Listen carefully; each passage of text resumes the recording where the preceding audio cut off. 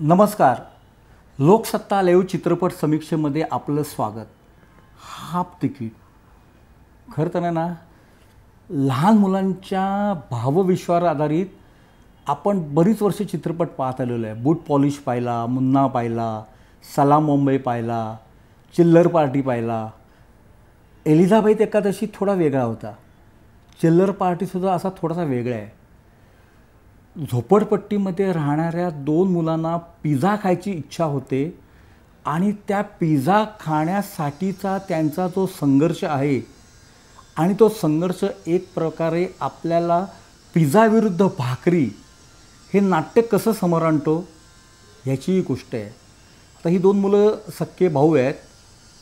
एकाला गमतीने म्हटलं जातं मोठ्या कावळ्याचं अंड, तर दुसऱ्याला म्हटलं जातं छोट्या कावळ्याचं अंड. आता हा काय प्रकार आहे? अतिशय स्लम एरियामध्ये राहणारी मुलं आहेत. गरिबी आहे, दारिद्र्य आहे, अंगावर फाटके कपडे आहेत, स्वप्न आहेत पण पूर्ण कशी करणार?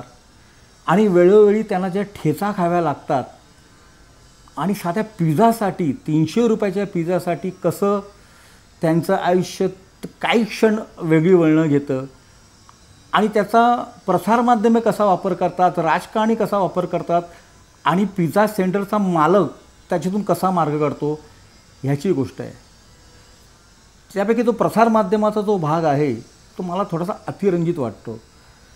मला वाटतं दिग्दर्शक समीर कक्कडनी प्रसारमाध्यमाबद्दल इतकं लाईटली घ्यायला नको होतं. समीर कक्कडचं एक वैशिष्ट्य आहे की तो जास्तीत जास्त दृश्य वापरतो. म्हणजे त्याच्या ज्या दिग्दर्शकाला विजन आहे असं म्हणतात. आयना का बायना या चित्रपटामध्ये सुद्धा त्यांनी हे आपलं वैशिष्ट्य दाखवलेलं. त्याच वैशिष्ट्यानुसार तो ह्या चित्रपटामध्ये आपल्यासमोर येतो. त्याच्या फ्रेम बोलतात. रे रोड विभागातील दारूखाना विभागातल्या खऱ्याखुऱ्या झोपडपट्टीमध्ये जाऊन ह्या चित्रपटाचं चित्रीकरण केलं असल्यामुळे तो चित्रपट अगदी लाईव्ह झालेला आहे. शुभम आणि विनायक ह्या दोन मुलांनी ह्या भूमिका साकारलेल्या आहेत.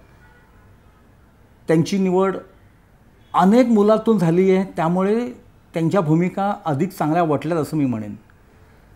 त्याशिवाय प्रियांका बोस ही बंगाली अभिनेत्री त्यांच्या आईच्या भूमिकेमध्ये आहे. उषा नाईक आहेत, कैलास वाघमारे आहेत, जयवंत वाडकर आहे, असे इतर काही आपले ओळखीचे चेहरे आहेत. वेगवेगळ्या भूमिकांमध्ये ते आहेत. चित्रपट हा झोपडपट्टीमध्ये घडतो आणि म्हटल्याप्रमाणे भाकरी विरुद्ध पिझ्झा यांची गोष्ट घेऊन येतो. बॅकग्राऊंडला 3 गाणी आहेत. चित्रपटाची पूर्वप्रसिद्धी अगदी चांगली झाली होती.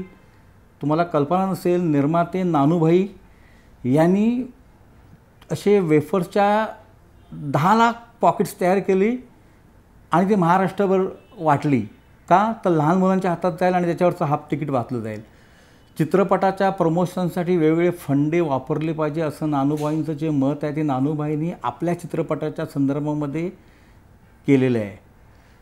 तरी एक गोष्ट सांगतो, तुम्हाला आठवत असेल वर्षभरापूर्वी पुण्यामध्ये कशी एक घटना घडलेली. अशाच काही गरीब मुलांना पिझ्झा खायला जायचं होतं, परंतु त्यांना पिझ्झामध्ये एंट्री मिळाली नाही आणि त्यानंतर पुण्यामध्ये एका राजकीय पक्षाने आंदोलन केलं आणि अशा स्लम विभागातल्या मुलांना पिझ्झा खाण्याची संधी दिली. हा चित्रपट पाहताना मला त्या बातमीची आठवण आली. हा चित्रपट एका तमिळ चित्रपटाची जरी रिमेक असला तरी हे थोडंसं भयावह वास्तव आहे. हे वास्तव आणि ही भयानकता हाच या चित्रपटाचं वेगळेपण ठरलेलं आहे. या चित्रपटाला 3.5 स्टार.